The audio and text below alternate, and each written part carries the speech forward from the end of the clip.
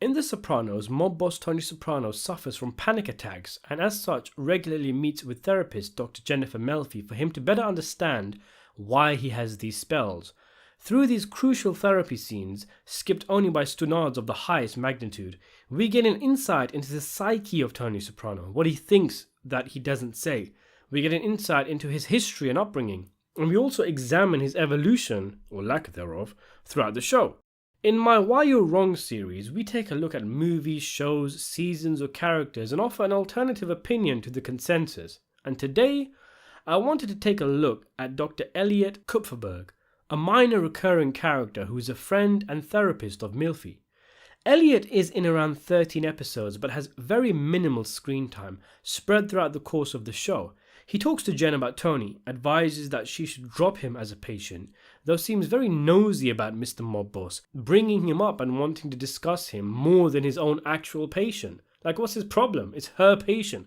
Why is he so obsessed with Tony? And eventually, this blabbermouth cunt unethically makes a very insensitive comment about her patient to some friends of ours, also bringing up a study which Melfi reads and which causes her to finally drop Tony as a patient.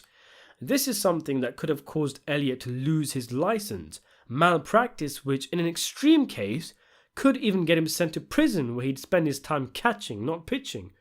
Elliot, in spite of his limited appearances, is considered one of the least likable characters in the show. Before we get into that, it's worth mentioning he is quite an important character.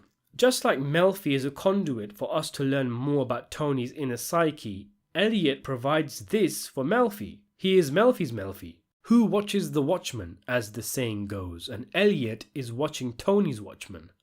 Also, this is a topic for another day, but Sopranos creator David Chase, who has suffered from depression and has seen shrinks, has a lot to say about psychiatry, which he explored on the show.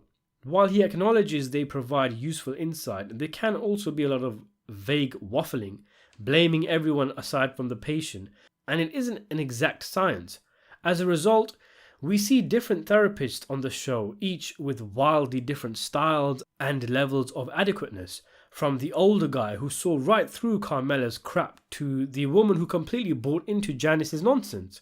And then there are those who feel the entire industry is nothing but a racket for the Jews. But frankly, if you've got that kind of covert anti-Semitism, I'd like you to leave the video.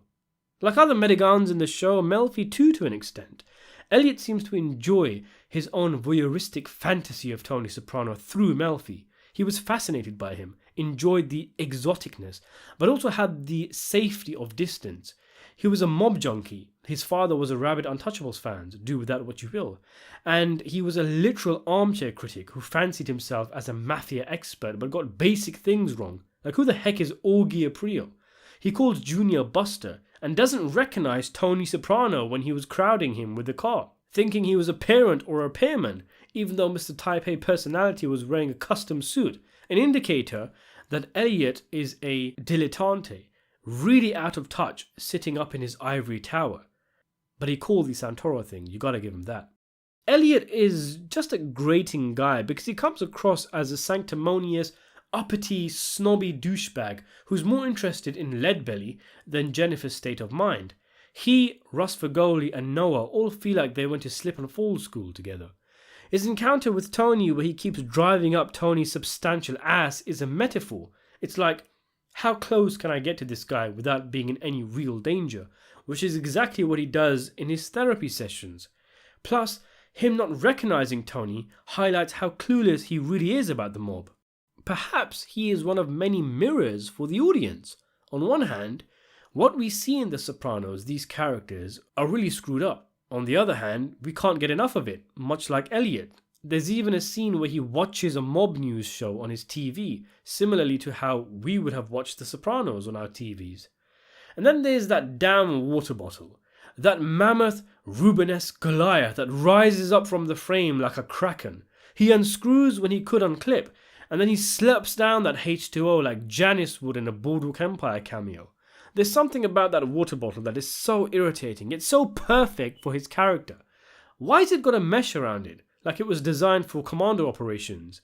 But it's perfect because it shows how ultra prepared he is and symbolizes how isolated from real danger he is. Water bottles should be like Michael Imperioli, quiet, there when you need them, and inoffensive. Elliot's, though, is like Steve Stryper, butting in, invasive, in your face, and wanting to know if you've seen Milton Berle's cock. I feel like a lot of Elliot's characteristics were based off the actual actor playing him. Peter Bogdanovich is a Hollywood legend from the New Wave generation, a director with a really interesting story. I don't want to paint in somber tones, but he is known as someone who is quite full of himself, condescending and pretentious and smug. Bit of a poseur, you ask me. Even in the interview he did with David Chase, which was a great interview, his mannerisms don't seem too different from Elliot, right down to that cross-legged, chin resting on hand, quote-unquote intellectual way he sits. And would you believe it? The water bottle is not something thought up by the writers.